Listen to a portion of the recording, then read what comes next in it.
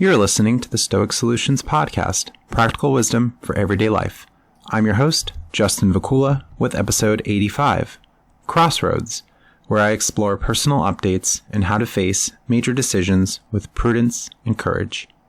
First, a personal update, and then more general discussion. I'm returning to podcasting following a 6-month break, during which time I have faced many decision points and reconsidered priorities. I finally completed my master's degree in mental health counseling and opted to leave my bachelor's level full-time job, take on 2 master's level part-time jobs, and then walk away from traditional employment in favor of multiple side hustles, including far more engagement with the wonderful world of credit cards and deals I mentioned in previous episodes.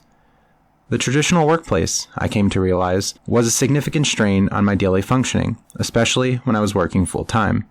I opted to put more effort into side hustles, starting really small, and eventually realized I was making more money outside of traditional work with more flexibility, significant opportunity for growth realized month to month, opportunity to make my own schedule, and travel and vacation at low to no cost. Workplace managers appeared out of touch, with their demands getting higher and higher. I found a high amount of paperwork and documentation to be unnecessary. Priorities and wants of school staff conflicted with that of mine and coworkers. Parents didn't want to participate in the program they signed up for, while their kids were struggling. Some of the children didn't want to participate either. Coworkers were experiencing signs of burnout, on my estimation. People said they wished they could travel, they wished they could do this or that, but because of work, they could not. Work became more than the initial 40 hours per week, with time off the clock. My sleep suffered. Stress levels were high. The commute became draining. I didn't find time for exercise. I felt tired, so much especially exhausted on weekends after work. I had to say no to many opportunities I was presented with, as long as I remained working full-time. The opportunity cost of working was significant. Stay and work in a position for a decent pay rate, with the possibility of growth, or walk away to pursue better opportunities. With the same company, working the same position, I was offered 2 part-time positions. I opted to try both, hoping that diversity in different locations would help, but the arguments for walking away remained, as side hustles got stronger and stronger, and more opportunities were apparent, even with better pay at work. I dropped down to 1 part-time job for about 5 to 10 hours a week, and walked away once again as opportunities outside work became stronger and stronger, even when I was able to put in more time in the traditional workplace. This is not intended to be a diatribe against my former employer, or any diatribe at all. I certainly won't urge everyone to quit their jobs. Outside of my workplace, I heard many of the same concerns and experienced people who are burned out, wishing and not doing, stagnating in the same positions for years with little hope of advancement or escape. I increasingly became convinced that traditional employment wasn't for me. I want to march to the beat of my own drum and make money mostly on my terms, with the ability to scale up, make more money, if I put in more effort rather than settling for an hourly wage or a salary which hardly, if ever, increases. One puts in 40 hours a week, and even with extreme effort, the hourly is often capped. Worse, set before one even starts work. Maybe there is a unicorn position for me somewhere, but I'm not holding out hope for it. It's a good time to forge my own path rather than speculating on a possible good position. I wondered, what about the people who appreciated my help? What about leaving them? Was a decision to quit too self-interested or too selfish? What about the people I enjoyed working with? I recalled warnings during my own counseling training about not believing the weight of the world rests on my shoulders, that I don't have an exclusive toolkit with which to help, for other counselors can provide sufficient help, and may not take approaches that I might take, which can be of more help. Other factors too, purely coincidental, like age, gender, and appearance, can appear to make a difference. I was told several times, we'd really prefer a female therapist. Like the Ferengi from Star Trek, it seems. I can't save the world, and kids and their families will get along fine without me. Counseling, too, isn't meant to be a lifelong experience, at least not with a particular counselor. Termination of counseling, after all, is a goal. I, too, remembered a wonderful chapter from the Stoic author Epictetus titled On the Cynic Calling, which laments those who prescribe one path in life, and also those who do not take it, particularly those who shame men for not wanting to be fathers or husbands.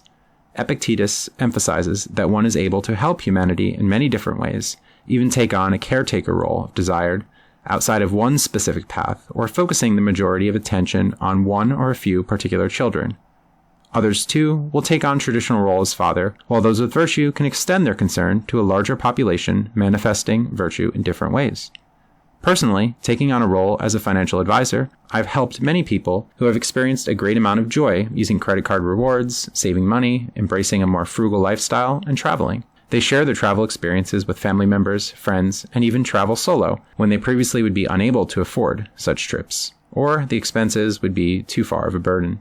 I share a good amount of free stuff I get and sell items I get deep discounts on, further helping people save money and thus have more peace of mind.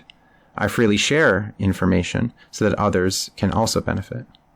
I'm now much happier, about 1 month away from work, returning from a Labor Day weekend with a travel partner, a much better experience than that of 6 months ago. Now not having to rush to and from work, bargain for vacation time, and now have a 5-night hotel stay instead of 2 or 3, which allowed for a nice break from the usual to relax, recharge, and enjoy moments even more. When at a crossroads, we're to carefully consider all options and make a prudent decision rather than engage in hasty decisions we may later regret. We wonder how we can use our strengths in different areas of life, taking on different roles rather than restricting ourselves to just one job or path. We ask other questions. Can we find meaning in our work? Can we exist in an environment which is not conducive to virtue? Am I using my time well? Is much accomplished at the end of the day? Am I wanted here? Is the work making a difference? One of the recurring themes I first noticed in Stoicism was that of playing roles well and transferring our virtue or character strengths, our skills, to excel no matter what situation we find ourselves in. Stoic authors recognized the fragility of life, that so much has changed, is changing, and will change. We see new opportunity and perhaps feel a calling to take on a new role, rise to an occasion, rather than sitting on the sidelines and not growing, settling for less, and convincing ourselves that we can't change things. Although much of life is outside our control, our reactions to events and our interpretations are not. So many continue not to thrive, but merely exist, in the same old, even outside the workplace. Bad relationships, marriages, locations, you name it. Many meet yearly or even more with family members they don't like. People just go along with the usual, never speaking up, never disputing, always being overly agreeable. I'm sick of doing so many things I don't want to do. I don't want to miss great opportunities while I'm still in good health, young age, and good mental capacity. I'm willing to take calculated risks, and if they don't pan out for some reason, I fall back on traditional employment and the master's degree. The Stoic should firmly state, and be happy with the statement, I made good decisions. Things didn't work out, but that's okay. I made a great effort, but the result was outside my control. We do not experience ruin, after all, when one area of life goes downhill, but rather we look to rebuild, learn, grow, and get through possible intense emotions the best we can. It pays not to put all our hopes on one ship, all of our eggs in one basket. Use what saying you want. For excellence in many areas, life in general even, will get us through some difficult times. Difficult decisions, hardship, conflict, and the like are inevitable. What will you do at a crossroads?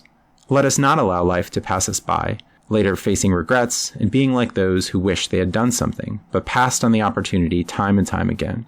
Appreciate being at a crossroads, for you recognize opportunities for growth rather than thinking a situation is hopeless and you're stuck. People call me lucky or privileged to be able to walk away from work. Perhaps there is an element of chance, but calling me lucky or privileged really underestimates the hard work I put in to make self-employment possible. I constantly tell others they, too, can benefit from the world of credit cards and deals, starting small and building up when appropriate, and if possible. I exercise humility, knowing that I'm not self-made. I didn't do this on my own, but rather with the help of several websites, online communities, podcasts, chat with now friends, and research has helped tremendously. What are some tips I have for others?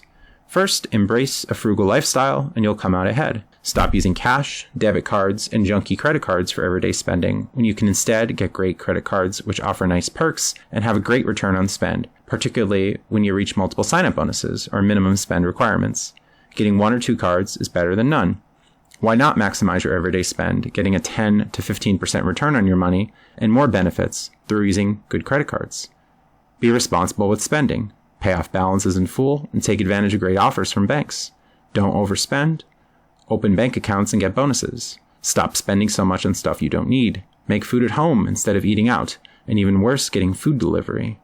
Install phone apps which give return on spend. Stop buying soda and alcohol. Use shopping portals for online purchases to get cash back. There's so much everyone can do to make and save money, even if still working a traditional job. It's amazing to me that people don't want to put in small effort to make a few $1,000s a year, and I'm talking pretty low scale here, especially when they're trading their time for money at low-paying, dead-end jobs. They lament not being able to travel, but can travel round trip to Greece for StoicCon 2019 and stay for 5 nights with just 2 credit card sign-up bonuses. I'll be there. They complain, but they don't take action to improve. They're their own worst enemies. I really wish I knew much of what I know years ago. Thanks for listening, and stay tuned for more content. In coming weeks, I hope to release online content with a focus on credit cards and finance, as previously mentioned, and, as usual, more episodes of this Stoic Solutions podcast. Up to now, I've been doing free credit consultations by phone and online, in addition to meeting locals in person. I'm hoping to expand that.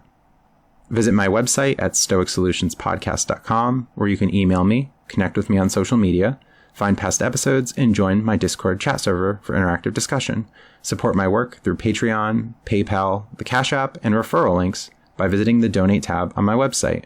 Podcast music, used with permission, is brought to you by Phil Giordano's symphonic metal group Fairyland from their album Score to a New Beginning. John Bartmann offered free consultation and audio edits for episodes 51 through 63. Thanks to generous patrons and fans of this podcast who help support my work. Have a great day.